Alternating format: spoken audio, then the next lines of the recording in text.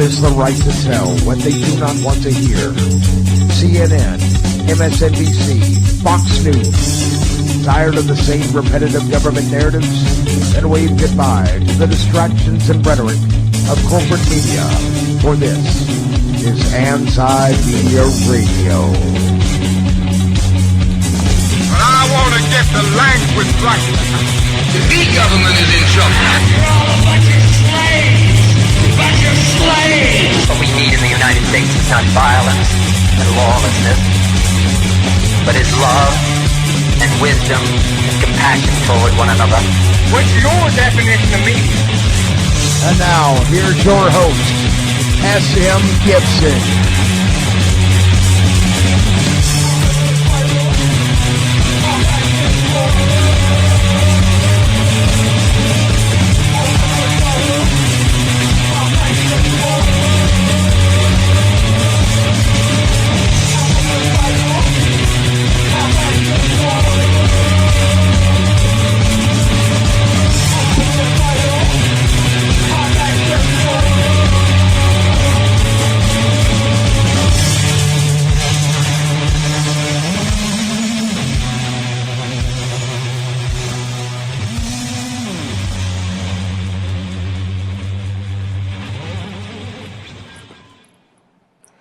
Take a deep breath, Bernies. We're going to get to you.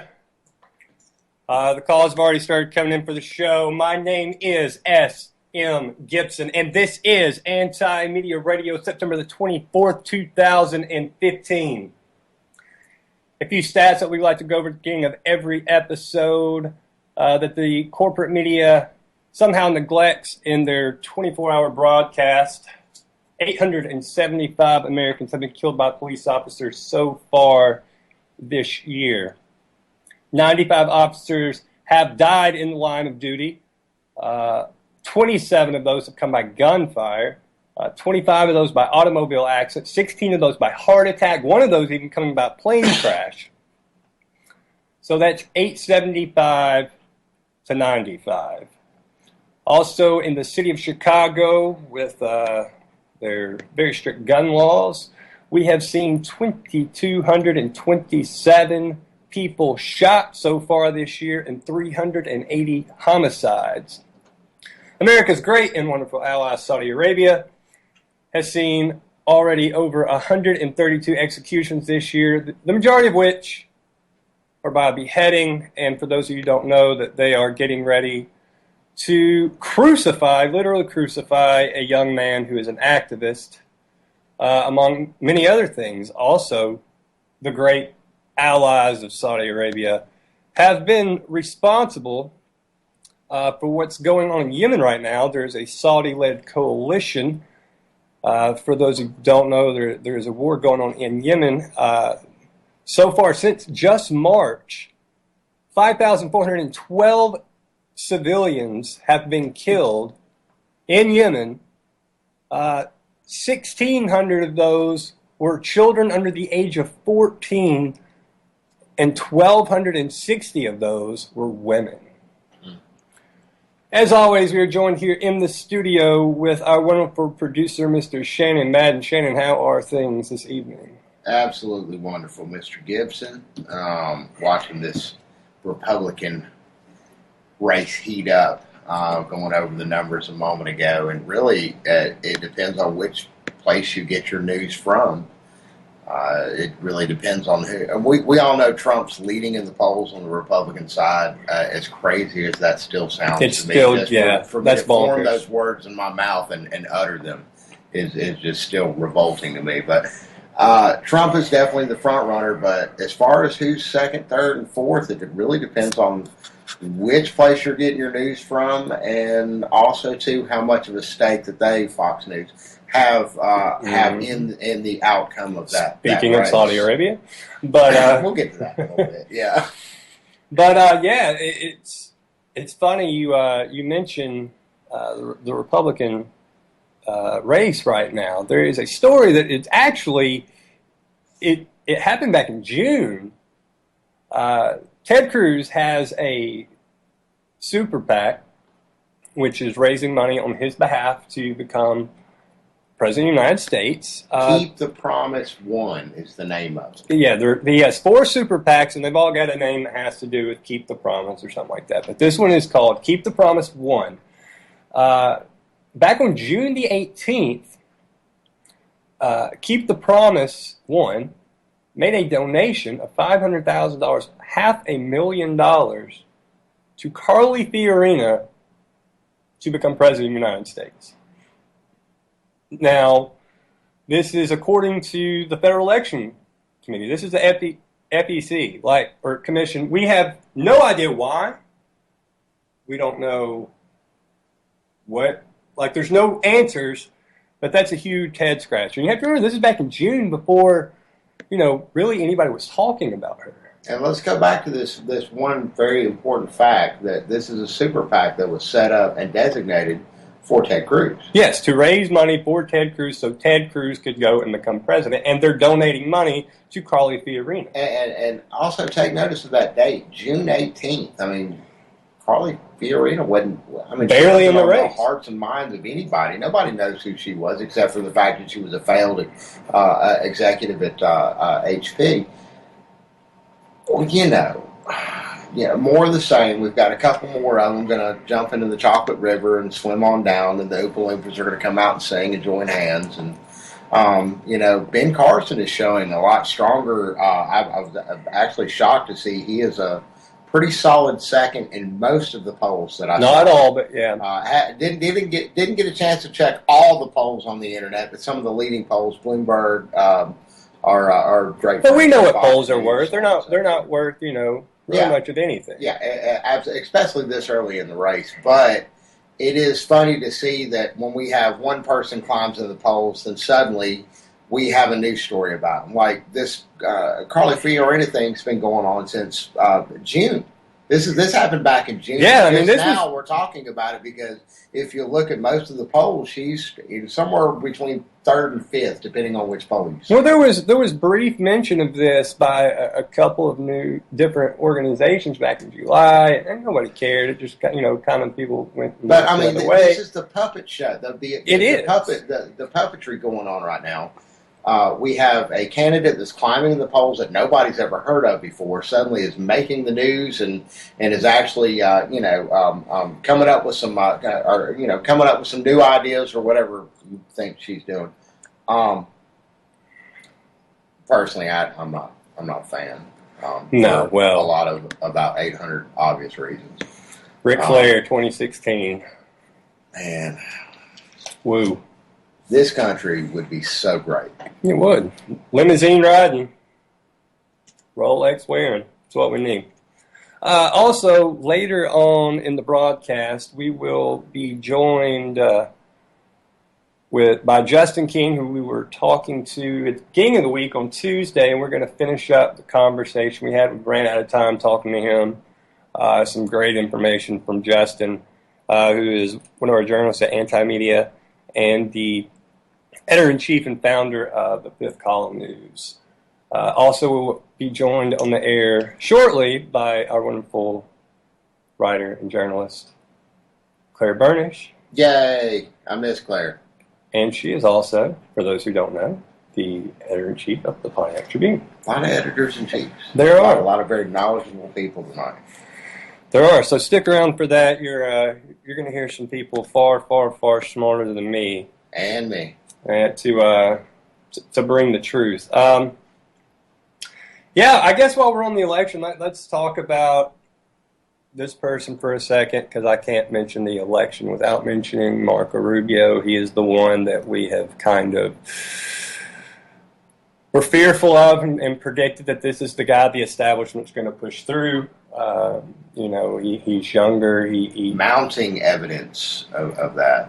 It would appear that it seems the more time goes by, this is what we have in store for us. So keep an eye out for that, because that's huge. I mean, we're talking about a guy who had the worst attendance record in Congress. We're talking about a guy who's taking money from private prisons to help fund him. We're talking about a guy who's basically, I won't say completely endorsed, but he's all but been officially endorsed by Dick Cheney. If that doesn't tell you everything you need to know about the man, what else is there? There will be some bombs dropped if Marco Rubio does become the President of the United States. And that really terrifies me. I don't even think they're doing a good job of hiding what's going on. All right, let's go ahead and start taking a few calls. Area code 806. Welcome to Anti-Media Radio. I'm your host, S.M. Gibson. What is your name and where are you calling from this evening? Hello. 806. You are fired. Yeah, pulling a Trump. So, I urge everyone to go out there and do their own research. I know everybody has various opinions about, how things work. And we've talked at length about the whole process of voter fraud and yada, yada, yada. And, leaders are selected. They're not elected. And these are the people that are willing to do what they have to do to get there. I mean, we have the perfect example with Barack Obama, who, promised hope and change, and Guantanamo is going to be closed, and everything's going to be great. Give him a Nobel Peace Prize out of the gate, and what did we get? We didn't get any of that. We didn't literally get any of that. It was another politician. And there's people that look at Trump that way. There's people who look at Bernie Sanders that way. There's people that feel like, well, this is going to be our savior. And I believe if you are a part of the Republican or Democratic parties, those parties aren't going to let anybody real get through to begin with. Oh, absolutely.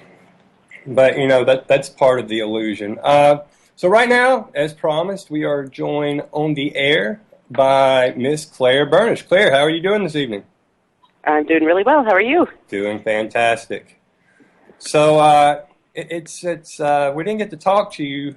Did we talk to you on Tuesday? No, because she was in California having fun. Oh, that's right. Okay, see, I don't keep up with anything. Hey, Miss Claire. Hi, how are you? I'm doing absolutely wonderful. Good. How'd you like that Detroit airport? Well, I got really sick when I was on my trip out to California, so trekking through the Detroit airport that makes absolutely no earthly sense when I have now bronchitis was not fun. That's no fun without bronchitis. Not hating on the city of Detroit. Love my people. I got family. I like Detroit. I like Detroit. it.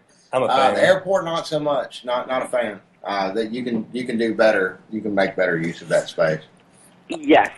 And I will say for the record, it was pretty interesting because I didn't have anything, obviously contraband or anything else on me, but each time, and this is my first experience flying since 9/11, each time that I went through the TSA checkpoints, they tested my hands for, probably residue of something. Yeah, they do that now. It's all part of the police state. Welcome to it. Fascism. It's great.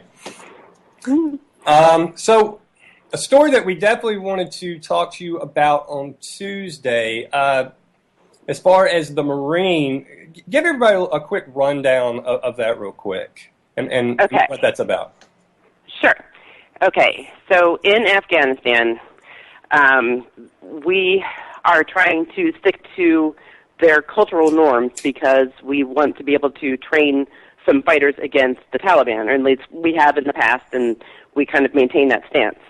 But in order to do that and maintain the cultural norms, quote unquote, in this area, we're basically excusing this localized practice or regional practice where orphan boys are kidnapped and that local village parents are approached to have their sons purchased by these wealthy businessmen and military commanders of these people that we're training. And these children as young as 11 years old are dressed in women's clothes and they dance supposedly for these leaders, and then they are sexually abused. And we are basically turning a blind eye to this in the interest of keeping this the Taliban out of power. So this one Marine just got to the point where he couldn't tolerate it anymore, and he kind of attacked, more or less beat up a person who was participating in this. Which was an admirable thing to do, to beat somebody's head in for that. Yep. Yeah, he just couldn't take it anymore. He couldn't handle, having to try to keep this on the wraps, and he'd had enough. And he heard that this person had kept a child basically chained to his bed, and so he attacked the guy, and then he was forced into retirement by the service. So let me ask you this. I'll let you answer this. What happened to the guy that supposedly had the child chained to the bed? What was his punishment? Oh, nothing. And yet the Marine was forced to retire. Yes. Wow. Yes. That's amazing. What are we doing here? What is that even about? It's just keeping the Taliban out of power. But it's like in every country it seems that we're interfering in. We're excusing all sorts of just absolutely appalling and abhorrent behavior, and we do that with Saudi Arabia with beheadings, and we just are in cahoots with all sorts of undesirable characters because of our totally disintegrating and insane military policies. I mean, Saudi Arabia's about to literally crucify a guy. Yes. Crucify a guy. That's what we're dealing with. But Iran says death to America, and, we have to go bomb them immediately. We have every single politician saying we need to go bomb them. We can't let them get a bomb, this, that, and the other. What's going to happen? Nothing's going to happen. Nothing. Nothing's going to happen. No, I mean, Saudi Arabia beheads people. They're going to crucify somebody who basically all they did was participate in protesting against the government. They are lashing a journalist. I mean, there's this is our staunchest ally in the Middle East. Yeah, and people don't realize what close ties we have to that country. But it's that way with everything. As long as the regimes over there play ball, we let them do whatever they want. If they don't cooperate, then they're all of a sudden this huge threat, and we have to overthrow them. There's a perfect example right now is in Syria. Mm-hmm.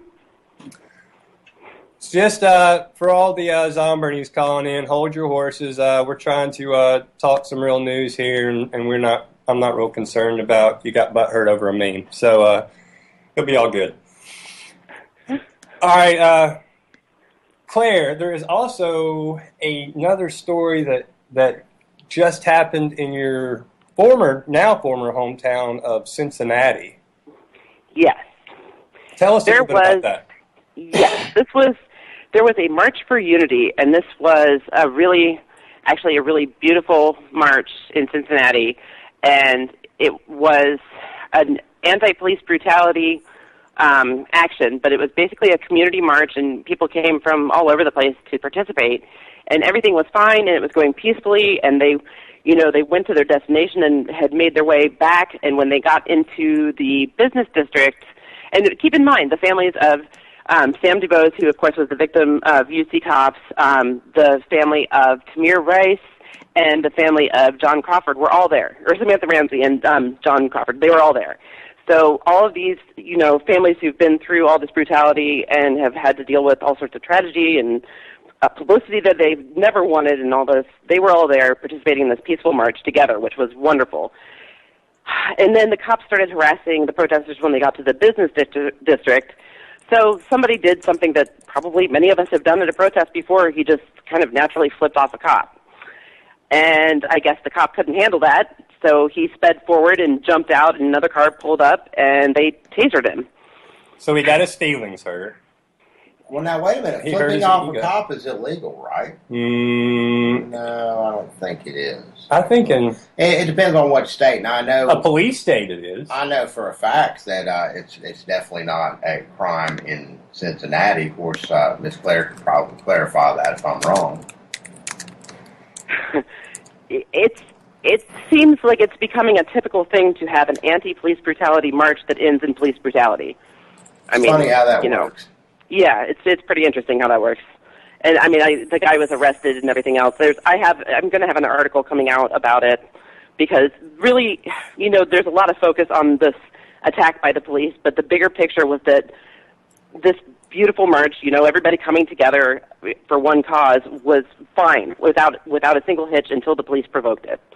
So. Oh, no, they're there to keep everybody safe. Yeah, like in Ferguson. Remember how... Oh, wait a minute. That didn't go down. Yeah, I felt completely safe in Ferguson. You're absolutely right. So, yes. When is this going to stop? I mean, really, when is it? At what point will this stop? I mean, what needs to happen to make this go away? Well, I mean, we've had just about... It seems like it's just getting worse, and, there's some argument that it's because there's so many people with cell phone cameras now and things like that, but I would say that it's much worse anyway. It's because the brutality is becoming more blatant, more flagrant, and there is less and less accountability. I don't know. Is it just the fact that there is, like you just stated, the fact that everybody pretty much has a video camera in their pocket at any given point in time? The fact that it's always been going on, and now we're just finally getting to see it? Well, there's certainly that. I mean, that's certainly a part of it. But I don't think that's all of it.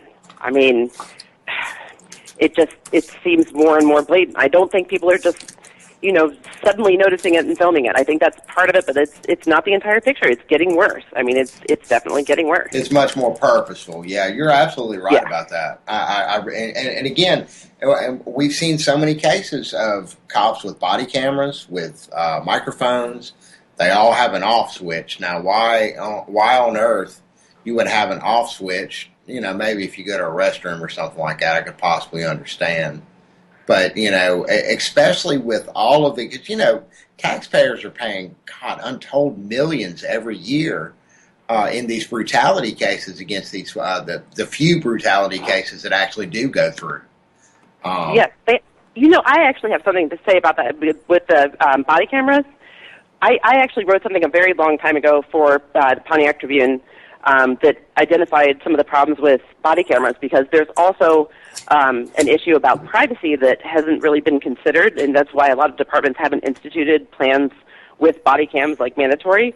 But some locations like Seattle has a solution where their videos are somewhat redacted in that they're scrambled so you can't identify the people who are in the video, but the video automatically live uploads to YouTube. And it's a station that the citizens, in that area can actually log on to YouTube and watch what the body cameras are revealing. So they get all of their footage that way. There are some other solutions around for the body cam issue where, say an officer draws his weapon and the tape reacts where it will backtrack and record the previous 30 seconds before the officer drew his weapon, whether it's a taser or a gun or, anything. There are some solutions out there, and they should be instituted, but I think departments just look at the privacy issue or look at the issue as it's, too expensive or too extensive, and they don't realize there are solutions. So. Well, here in Birmingham, Alabama, which is a pretty, and pops up in a lot of top 10 lists for a very violent city. Now, we both have lived in and around the Birmingham area for quite some time, and we know that most of that bad element is kind of corralled to one area of town. It's usually very high in illegal drug trade activity. But we recently here instituted the body cams for police officers, and strangely enough, I'm sorry, I'm getting old and senile. I bet your complaints went down, and 80%. 80%. Yeah, it was huge. I mean, just overnight, 80% complaints went down of police brutality. Incidences of violent interaction between cops and citizens went down dramatically as well.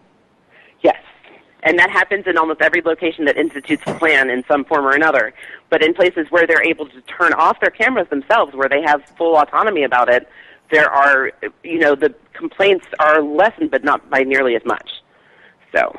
There is definitely validity to body cams. It's not obviously going to solve the issue because we've seen plenty of body cameras where, as in Sam DeVoe's case, where it happens anyway. But it's at least a step in the right direction. Right, and I think, the important thing is it's something that's in the back of the officer's mind, knowing that what I'm about to do is being taped. So, if it's like the case that we saw in Charleston, and you go try to plant evidence on some guy, which we know happens quite often in this country. Or in Cincinnati, where you have a police officer kind of try to explain it to citizens and explain it to other cops and try to get a story right and work on this angle and work that angle and, let's talk to the other officer on the scene and, well, you saw what he did and you know what I'm saying? That's it. That's exactly it. Exactly. But it's a step, and I think it's a valid step, and I think there needs to be, some sort of federalized law about body cams. I just think that it's certainly better than nothing, and at this point we'll take almost anything we can get to try to get a handle on the problem. I actually completely agree with that. It's rare for me to think that, that a law is going to help fix things, because we've seen how laws have screwed up so many things. But we're talking about people that are there to protect us, and they're getting paid with our tax dollars.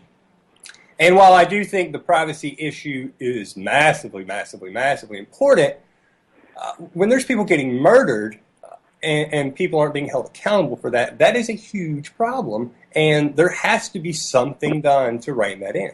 Well, and also, too, as a proactive measure, I don't understand why we don't have more police officers that are mentally and psychologically capable of doing the tough job that everybody says the police officers have. And police officers do have a very tough job and deal with some just nasty, nasty people all day long. It'll take a psychological toll on anybody, to be sure.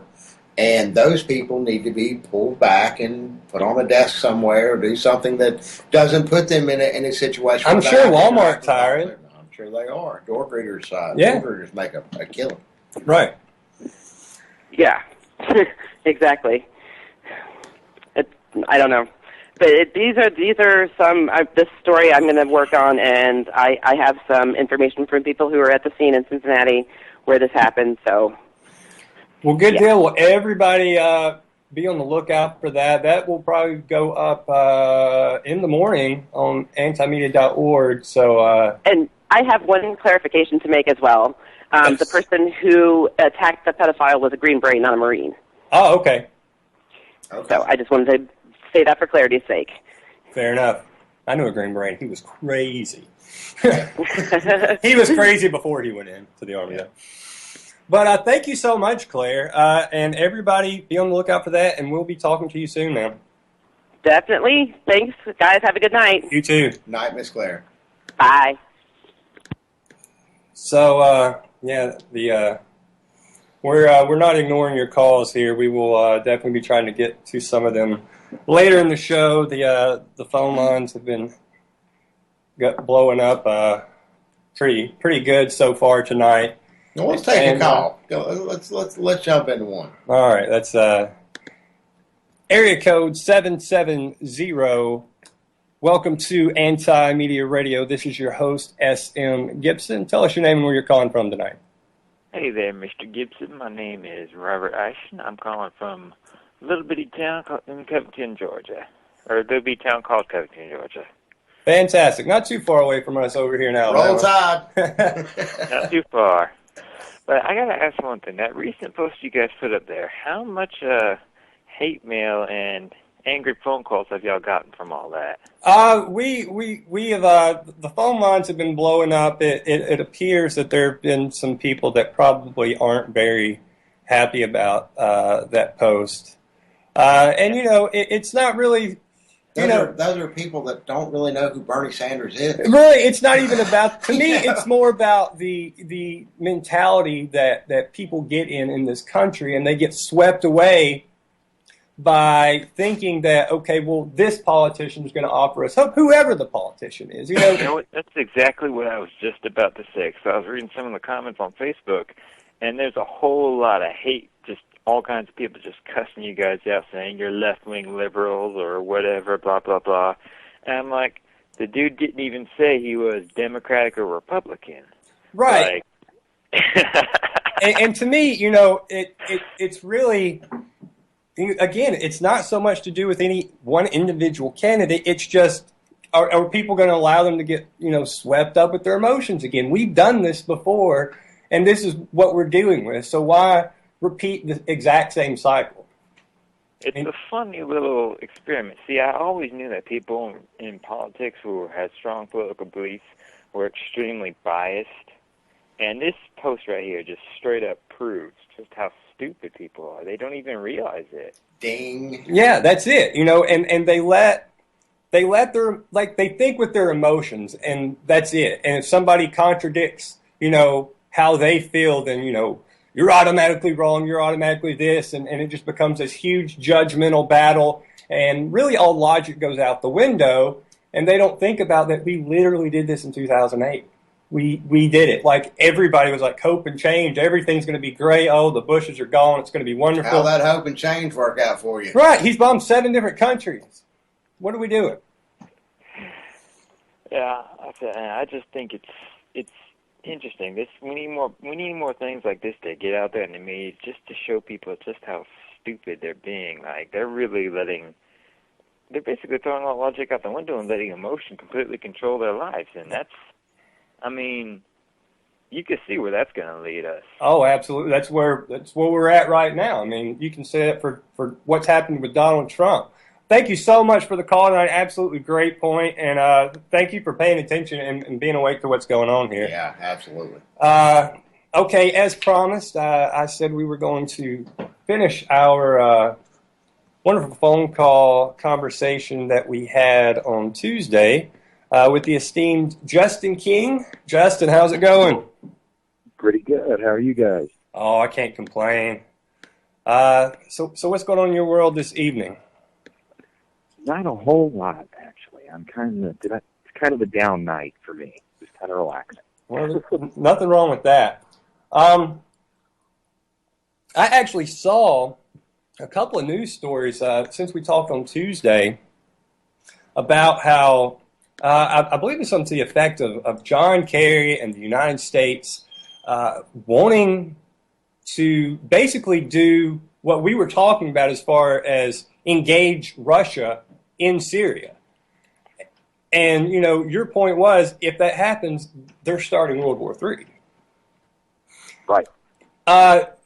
Do you believe there's any validity to that? Like, do you really think that John Kerry or the Department of Defense or whoever is like, yeah, let's engage Russia over here? No, I think it's posturing. I think they realized that Russia called their bluff, but I think they realized it a little too late. And now they're, trying to regain some of their, I guess, street cred to make it seem like they didn't back down. But the fact is, their troops are on the ground there. Russian troops are on the ground there. I mean, that's at the end of the day, it was brinksmanship. We lost. Our administration lost. Thank God. And then, yeah, that's basically the way it is. Nobody in their right mind thinks it's a good idea to engage Russia. I mean, well, here's the thing. I think what you said is correct. Anyone in their right mind, but what scares me is what happens in 2016, or the people in charge now. These people aren't in their right mind. Right. You're right. That's true. That's look at this whole new batch we have coming up. Oh my God. Yeah. If that's not enough to terrify any sensible person, I don't know what is. I mean, truly. And if, the whole Rubio prediction's true, I mean, I'm learning to, speak French and moving to Quebec. I'll deal with Harper. Yeah, no, it would any engagement there where we actually engage Russian troops. It's not like, the leaders of the two countries are going to sit down and say, okay, we're just going to fight in Syria. Immediately it would be Ukraine would go live. There would be a whole bunch of small engagements that would blow up really quick. I mean, if this happens, Eastern Europe, all of those allies that we worked so hard to get, they're going to get overrun because we can't stop Russian infantry in Eastern Europe. We don't have the resources there. Even if we wanted to, we couldn't. They could just move right through. And so we'd lose them. I mean, it would would be the crowning screw-up in a whole line of foreign policy screw-ups for this administration. It would definitely be the icing on the cake because, it would, it would be worse than maybe Iraq and Vietnam put together if you go in and engage in Russia. Like that's, We're not even getting into the human loss of life because that's going to be in the hundreds of thousands, if not millions. We're just talking about from a political standpoint, it's idiotic. From a military standpoint, the loss of life from combatants, we're not even talking about the civilian loss of life that always accompanies that, would hit hundreds of thousands. So you definitely know more on this topic than I do. As far as what's going on in Eastern Europe right now, what do we actually have on the ground, especially with Ukraine? Because do we have actual military troops? But there's definitely contractors on the ground, and you know better about that than anyone. Right. What is our presence like? Is it extremely covert? Yeah, we have a lot of contractors, and most of those contractors are through alphabet soup companies. They're CIA contractors, they're DIA contractors, they're DoD contractors, but not linked through the Army. Even State Department.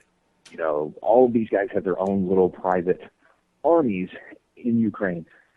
However, and this is a big thing, these guys are contractors that signed up to provide security, to maybe conduct some dirty stuff. These guys are not going to go toe-to-toe with, a T-90 tank. If the Russians move in, they're going to run. I've been that guy. I can tell you right now, the mission changed that much, I'm gone. You'd be able to see the flames from my path on a satellite. I'd be gone, like Roadrunner. So what we have there basically on the ground now is nothing to do with engaging in an actual combat as much as it is to carry out specific missions. Right. Yeah. Right. We've got some troops that are there, some training cadres that are there to train troops in, Lithuania, Estonia, Poland, stuff like that. But then we're relying on, the Polish army to actually do the fighting. Our troops are mostly in Germany. We have some scattered throughout Eastern Europe, but most of them are currently in Germany. And, there was a German commander that once said, I'd rather have, 5 American divisions in front of me than 1 Polish division behind me. They're not the best allies. So I don't know that, I don't know how much faith we could put in their armored divisions, their tanks standing up to their Russian tanks. It's a replay of the Cold War. They're not allies that we can really depend on. And Putin's definitely not a guy that by his track record, that's going to be backing down from anybody. No, and in all honesty, I think what this is from his perspective, I think that he might be setting up in hopes of there being a wise president in 2016 that would be willing to kind of trade Ukraine for Syria or Syria for Ukraine. You know what I mean? Yeah. We'll withdraw from here, you withdraw from there type of thing. Uh-huh. Because, he was a cold warrior, and that's how we played the game back then. It's like playing Risk, but for real. Right. And if we get an idiot in charge, which definitely seems likely, he's just going to keep them both. There's no reason not to. Do you see anybody on the table that would actually play the game with Putin, or you think they would just go in guns drawn? I honestly, as much as I despise the man, I think that there's a possibility that because he's so insane and unpredictable, that I think Putin might actually be a little leery of Trump if he had a good advisor. He's not going to be leery of Trump by himself, but if he had good advisors under him, and there, just because he's nuts. I mean, you don't know what he's going to do, and that's one of the things, you know. Professional soldiers are predictable, but the world's full of amateurs. Amateurs are the most lethal, you know, because you have no clue what they're going to do, and that would be something that Putin would weigh, because you don't know if he's just going to say, "Screw it, we're going to war," you know. Mm-hmm. And it's very, very, very likely. And then, you know, it may not be. Who knows? Because he's so, you know, so it seems very off the cuff and doesn't really get a grasp of what's going on. He's just making it up as he goes, and I think that's what he would do as president. Right, and I think given who has his ear, as far as, you know, him being from the billionaire set, I think he'd probably very happily give Russia Syria in exchange for Ukraine, because our boy Soros has billions invested, and I think I think Ukraine would be the priority under Trump. I could actually see that. Yeah, I mean, I think as far as anybody else, you know, I don't really see anybody else trying to make a deal with him too much. You know, maybe a Bernie Sanders, maybe a Rand Paul. You know, that's hard to say, but all the rest of them, whatever. I think Rand Paul could package it as part of his program to disengage from all of it. I think he might be like, I mean, we'd walk, you know, from all of it as part of his campaign, you know, as part of his plan. So it doesn't look like he's losing faith. Sanders, I don't know. This, you know, I know there's a lot of your listeners like him. Yes, we're definitely experiencing an overwhelming amount of phone calls right now to prove such a lot thing. of Bernie love tonight. A whole lot of Bernie love. The Zombernies. Doesn't seem that up to speed on foreign policy. No, he doesn't. Yeah, and I think that he would probably, because of his ties with Israel, I think that he would probably be leaning more to defending Syria. And I think that because of his ties and what he's already said, I think that might lead him to make some errors in judgment. Yeah. Because, you know, it's war. You can't really get emotional, especially if you're at the top. And I think that in this case, a lot of his politicking is emotion-based. So I think that he would stick with that, which is, you can't make people feel good with war. You know, it's not a good thing. However, he's sticking by Israel, which that's a foreign policy mistake that every president for the last 30 years has made. And they're definitely, he's being packaged, to me, very similar to Jeremy Corbyn in the UK, who just became the Labour leader over there, 2 weeks ago or something? But yeah, they're massively different on foreign policy. Right. Corbyn is definitely, doesn't at least appear that he's going to bat with Israel. I mean, he even came out and said that the U.S. and the UK were, partially responsible for ISIS. That didn't make a lot of people happy. I couldn't ever see, Bernie really stepping up to the plate like that. No, I don't. I don't see any U.S. president doing that, because there's, in the foreign policy world, the UK is America's largest aircraft carrier. It's not, our decisions are so intertwined that they tend to let us take the lead. So it doesn't matter what their leaders say too much, except for the prime minister. And he's having sex with pigs, so. Why? And he's got a whole different set of issues to worry about right now. Yes, I'm not. I don't see any players on the field, in our election, that are going to be able to go toe to toe with Putin. He's too sharp. I mean, he is a very intelligent man, and what's scarier is that he has even smarter people as advisors. I mean, no matter what you think about Vladimir Putin, I mean, I don't think anybody that's, being honest with themselves cannot agree with what you just said. I mean, the guy is very smart. It doesn't make him the world's most wonderful human being, but he's very intelligent and knows exactly what he's doing. Yeah, no, I mean, he has a horrible human rights record. He's not a great leader.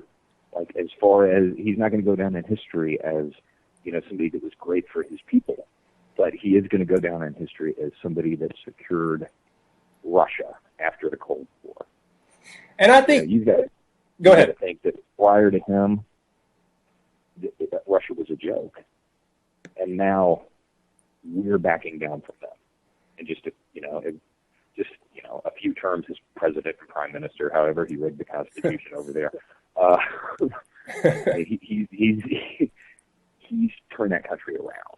Yeah, I mean, they had Boris Yeltsin, and they were an absolute, like, it was laughable. Like, he was just considered the world's funniest drunk, and now we've got some KGB guy that that isn't screwing around.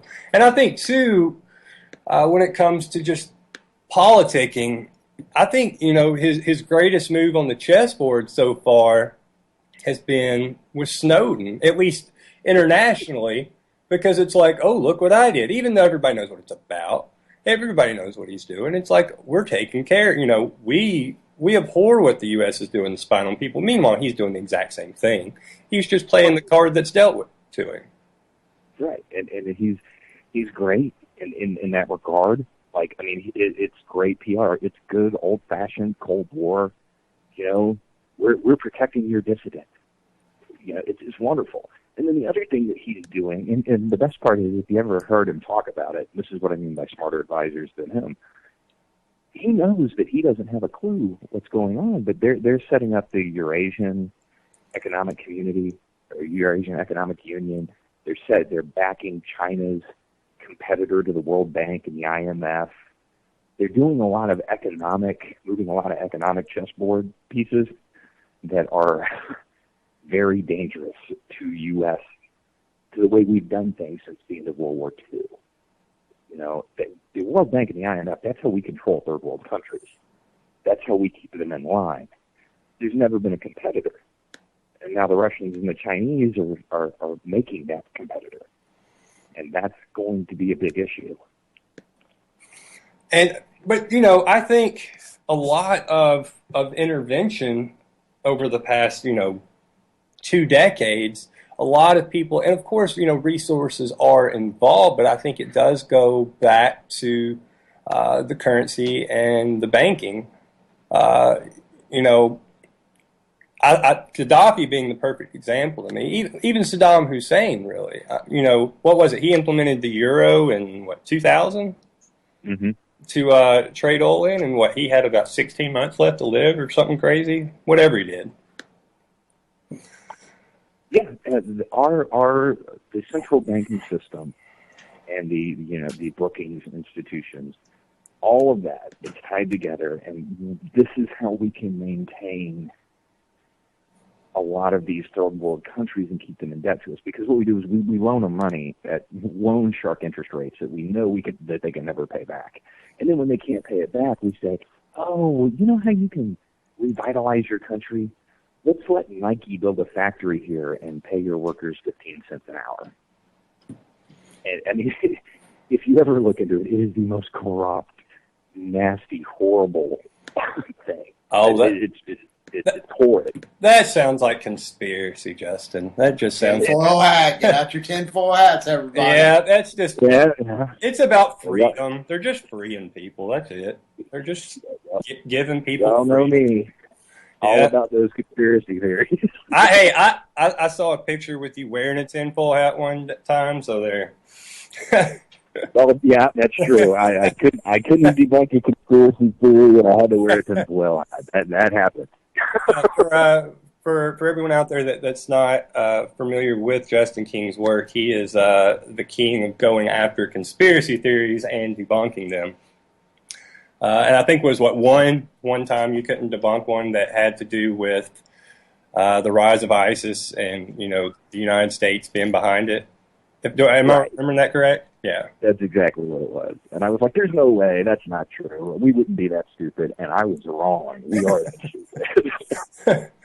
So, there you go. The one conspiracy out there that's true is ISIS. Well done, United States. Congratulations. So changing topics a little bit, but staying in the Middle East, do you think Saudi Arabia is going to back down from crucifying this kid? Because there's definitely a bunch of pressure right now, and especially being appointed to the head of the UN human rights. What a joke that is. Do you think they'll try to posture themselves to, not look like complete monsters here? I don't know. I mean, these guys, they've got Raif Badawi that they're giving 1,000 lashes to amid an insane amount of international pressure. I mean, and I do think they're going to kill this guy. if they back down, they're just going to behead him. Right. I think that's going to be their compromise. I think that will be their compromise. It's like, okay, we're not going to crucify the guy. We're just going to behead him.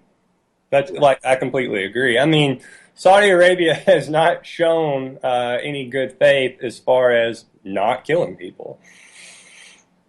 Yeah, I mean, it's a pretty horrible regime. It really is. Our great allies. That's it. They just had one of their diplomats get busted in India for having sex slaves. Yeah, tell everybody a little bit about that. I mean, when you're getting busted in India for rape, then there's an issue going on. Right. I mean, this is a country that doesn't really seem to take that very seriously. Basically, one of their diplomats had some, I think they were from Nepal, some migrant workers that they were using, they hired as maids, and then just kept them chained up and did all kinds of stuff that we probably can't talk about on the radio to them. And then they got busted. And of course, the guy's got diplomatic immunity. I mean, it's like a Lethal Weapon movie. It's that horrible. These are our allies. These are the people we consider our friends. It's just like, oh, whatever, they do what they want. We're all, holding hands, walking through Crawford, Texas, whistling, kissing each other on the mouth. That's what we're doing. Yeah. These are the people running the world. Yeah, for those people that still think we have the moral upper hand, we don't. The U.S. has lost its complete sense of morality. I mean, Didn't you see the Pope? Didn't you see the Pope today speaking in Congress? They tried to gain some points back on that one. I still think that's just the most bizarre thing in the world to me. The way everybody's fawning over him. Yeah, I don't understand it either. I mean, I get that this guy is making some huge changes in the Catholic Church.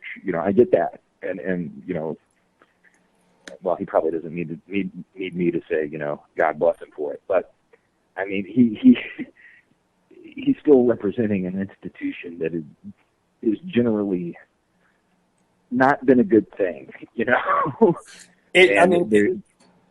There's a lot that he could do with the stroke of a pen that hasn't been done. So I don't know how much credibility I want to give the guy. Well, it's no secret that I'm a Christian. I don't get it. I don't get why everybody's just like, oh, it's just a guy. I mean, I understand, he represents this huge, huge, huge institution. He's just another man, sorry to hurt everybody's feelings on that, but, he's a guy like me or you sitting here. Just with a lot more money. With a lot more money. And, I don't know personally if he's genuine, if he's good at PR. But to me, it's more fascinating to me to watch everybody in Washington just, completely fall at the guy's feet. And even more bizarrely, do you believe if we had a Republican president right now, maybe I'm wrong about this, that him speaking at Congress, people wouldn't be screaming at the top of their head, separation of church and state? Because even I'm like, what's going on here? Why is he speaking in front of Congress? I don't know. I mean, But see, I don't really follow the religious debates that much, because like when it comes to that, if they wanted to invite the Pope or the Dalai Lama or whatever, I don't really care. You know, Right. It doesn't bother me. I could see where certain people might have issues with that, and it probably isn't what was intended. But for this guy to come in and make a plea to Congress, fine. You know, whatever. We've had crazier people speak to Congress. You know, I prefer the Pope to Netanyahu. So I completely agree with that. You know, the Pope, for whatever he is, isn't actively bombing people. Right. I mean, I kind of like this Pope. This Pope has been a kind where he's definitely a different kind of Pope. Yeah, he's definitely reforming the Catholic Church. Like there's no doubt about that. And you know, a lot of the stuff that he's done has made the Catholic Church, you know, people. It's weird to think of them as liberal, but they're becoming more liberal than they were. But that's, you know, it's just different shades of black. They're still a very traditional organization, very conservative organization.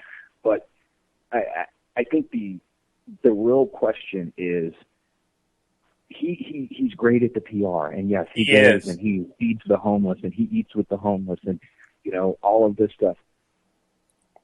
I'm waiting for the Catholic Church's policies to start reflecting that, and if they do, you're talking. He will get the most praise in the world from me. Right. But until the rest of the church matches his example, to me, it's just window dressing. Right, and you know that's going to be with everything. It's just like, you know, we could elect, you know, the greatest president that we've ever had, and yet all of Congress is still going to be corrupt. So what's really going to change? And that's kind of similar to me with the Catholic Church. You know, there's still going to be a lot of corrupt people involved in the inner workings of everything, even if the Pope is the greatest guy in the world. And you know, I don't have a problem with the Pope one way or another. It's just he's just a person. It is what it is.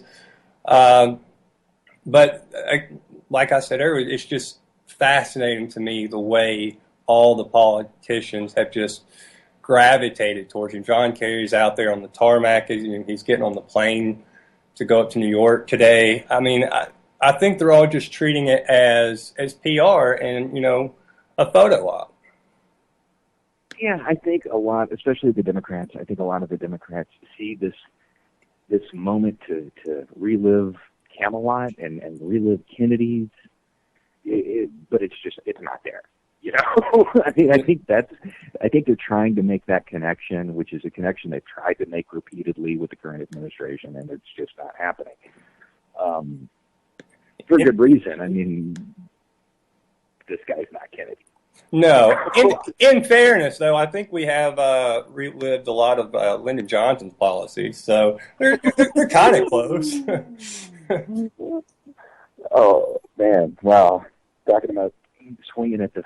Yeah, that's a good analogy, and that's very accurate.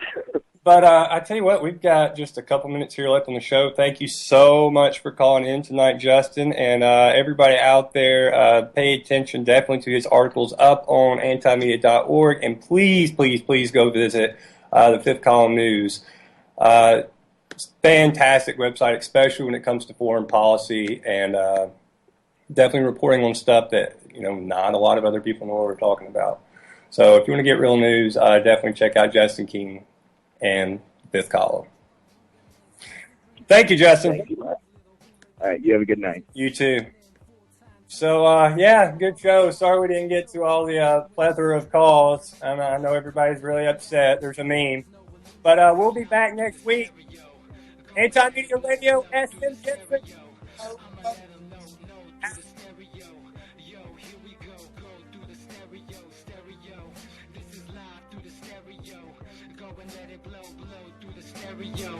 I'ma let them know through the stereo.